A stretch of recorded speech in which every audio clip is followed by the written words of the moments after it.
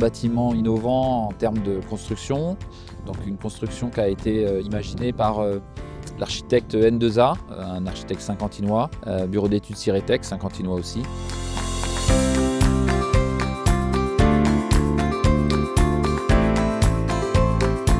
Cette opération a une particularité, c'est que, donc, comme vous pouvez le voir, c'est un bâtiment qui relie deux grosses salles, une salle gymnastique, une salle tennis de table. L'ossature de ce bâtiment est en bois et on a une isolation en paille, donc c'est une première, je pense, pour le Saint-Quentinois. On a en particulier une toiture végétale pour une partie du bâtiment, et la deuxième toiture, lors de la construction du bâtiment, avait été imaginée pour pouvoir dans un deuxième temps y installer des panneaux solaires.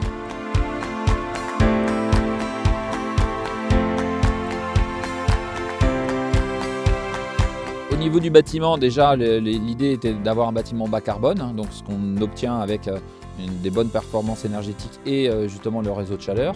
Et donc l'avantage du photovoltaïque, c'était de pouvoir apporter justement une production d'énergie renouvelable qui permettait de compenser une partie de l'énergie qui va être utilisée dans le bâtiment. Donc on va réussir normalement avec l'installation qui est prévue. Donc on va installer 187 kW crête de panneaux solaires sur le bâtiment, à peu près 500 panneaux. Et cette production va permettre d'alimenter à hauteur de 42% l'énergie du bâtiment. Et le reste de la production va partir et va être distribué dans d'autres bâtiments. Donc plus de 50% de l'énergie produite va être utilisée sur le quartier Europe. Le reste sur des bâtiments un petit peu plus loin, dans un cercle qui inclut l'intégralité des bâtiments, un périmètre de 2 km. 99% de la production photovoltaïque sera utilisée dans les bâtiments communaux. Donc c'est une opération qui, pour nous, est très très intéressante. Quand en été, les employés ou même les gens qui venaient visiter le chantier pensaient que la clim était installée, hein, tellement le bâtiment était bien isolé, la différence de température entre l'extérieur et l'intérieur était très importante. Un bâtiment qui garde sa chaleur, hein, et qui permet de se protéger aussi en été.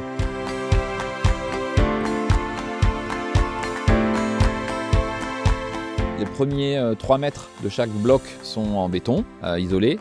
Et ensuite, on a une ossature bois avec des caissons qui sont en bois et qui sont remplis de paille, donc qui font 40 cm d'épaisseur. Produits localement, fabriqués localement, mis en place par des entreprises locales aussi. Sur chaque bâtiment, 6 mètres et 9 mètres de caissons remplis de paille qui permettent de faire l'isolation du bâtiment. Au niveau de la toiture végétale, donc une isolation de à peu près 30 cm et une toiture végétalisée qui permet d'améliorer l'isolation et aussi de stocker une partie de la pluie. Il a vraiment été conçu pour pouvoir répondre à tous les objectifs qui sont fixés dans le cadre du PCAET en particulier.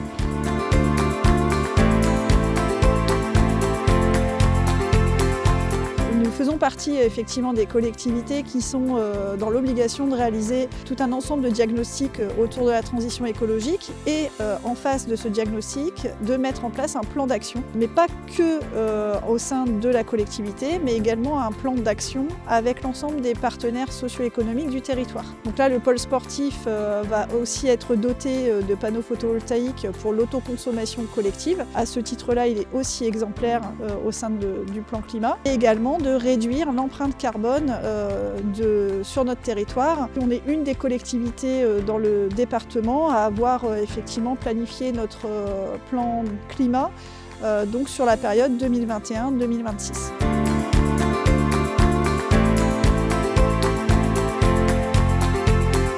Il ne faut pas oublier qu'un bâtiment, on vit dedans, et l'idée d'un bâtiment quand même, c'est de créer un environnement confortable pour les utilisateurs.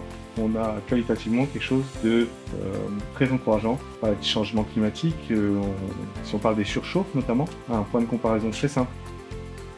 Si vous isolez avec un ballot de paille qui fait 36 cm, pour lutter contre la surchauffe, on va chercher à créer ce qu'on appelle un déphasage d'une douzaine d'heures minimum. Donc c'est le temps que va mettre la chaleur finalement à percer votre isolant. Si vous voulez l'équivalent en laine de verre, c'est un matériau très couramment utilisé, on parle de 36, on passe à 70. Ce sont des matériaux qui sont hydrorégulateurs, qui vont vous permettre d'avoir une ambiance saine finalement dans vos bâtiments. On dit que la sensation de confort, c'est avec une hygrométrie entre 30 et 60% dans un bâtiment. Et donc ces matériaux-là, ils vont vous aider finalement à avoir tous ces aspects-là de confort dans vos bâtiments. Donc c'est bien plus que la simple valeur isolante dont on parle tout le temps. C'est aussi quelque chose de plus subjectif. C'est possible, que c'est faisable et qu'on a des résultats probants et assez incroyables.